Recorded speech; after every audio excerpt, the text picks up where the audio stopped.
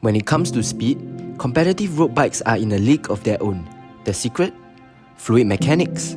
By understanding and applying fluid mechanics principles, engineers and cyclists have transformed road bikes into aerodynamic machines that cut through the air, going faster with less effort. One of the biggest differences between a conventional city bike and a competitive road bike lies in the frame design. City bikes are built for comfort and utility, often with round tube frames that create more drag as they move through the air. Drag is the force that air applies against any object moving through it, and in cycling, it's the number one factor slowing us down. A city bike's round tubes create a large wake of turbulent air as they move. This turbulence creates a low pressure area behind the bike, increasing drag. So fluid mechanics teaches us that reducing these turbulent wakes is key to going faster. Now, look at the road bike's frame. The tubes are shaped like teardrops, a design inspired by fluid mechanics to reduce drag. The narrower, tapered shape helps air flow more smoothly along the frame, reducing turbulence behind it and minimizing drag. This means less air resistance, allowing the cyclist to maintain higher speeds with less effort.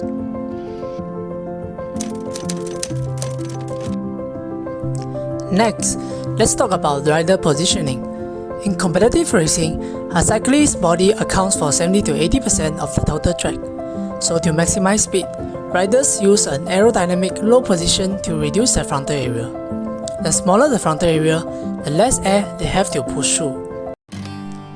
Here is a simplified illustration of how riding posture affects the riding speed.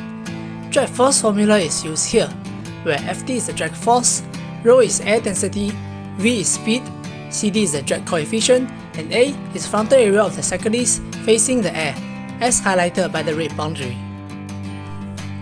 Here are three commonly seen riding posture adopted by the cyclist. When a cyclist rides in an upright position, the body is more exposed to the wind, leading to a larger frontal area. This larger area increases drag force, making it harder to reach high speed. In addition, this position creates a large wake region, the blue region as seen behind the rider, which adds more turbulence and further increases drag. In the jobs position, the cyclist leans forward, reducing the frontal area by tugging the body. This smaller frontal area decreases the drag force. Also, the wake region is reduced, meaning less air turbulence behind the cyclist.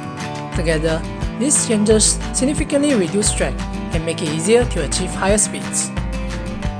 In the extreme case of sitting on the top tube, the cyclist achieves the smallest possible frontal area, greatly reducing drag force. The wake region behind the rider also becomes minimum, reducing air turbulence even further. This posture is effective at high speeds, although it sacrifices some control over the bike, and thus is banned by the International Cycling Union. This is just a simple illustration of drag force. The actual model is much more complicated than this, with many other factors not considered in. On a city bike, riders often sit upright, which increases their frontal area and creates more drag.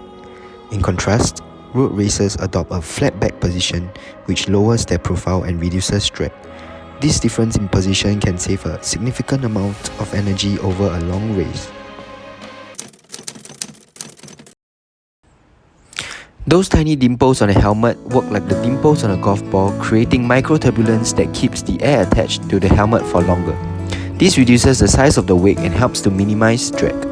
Similarly, tight-fitting cycling apparel reduces skin friction and ensures that the air flows smoothly over the rider's body.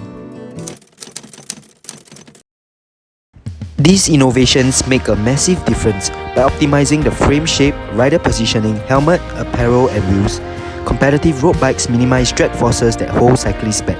Fluid mechanics principles transform the bike into a high-speed machine, giving racers a serious edge over a conventional city bike. With the power of fluid mechanics, competitive cyclists can go faster, ride further, and push the boundaries of what's possible on two wheels. So next time you see a cyclist flying down the road, remember, there's a whole science of airflow and mechanics helping them reach that speed.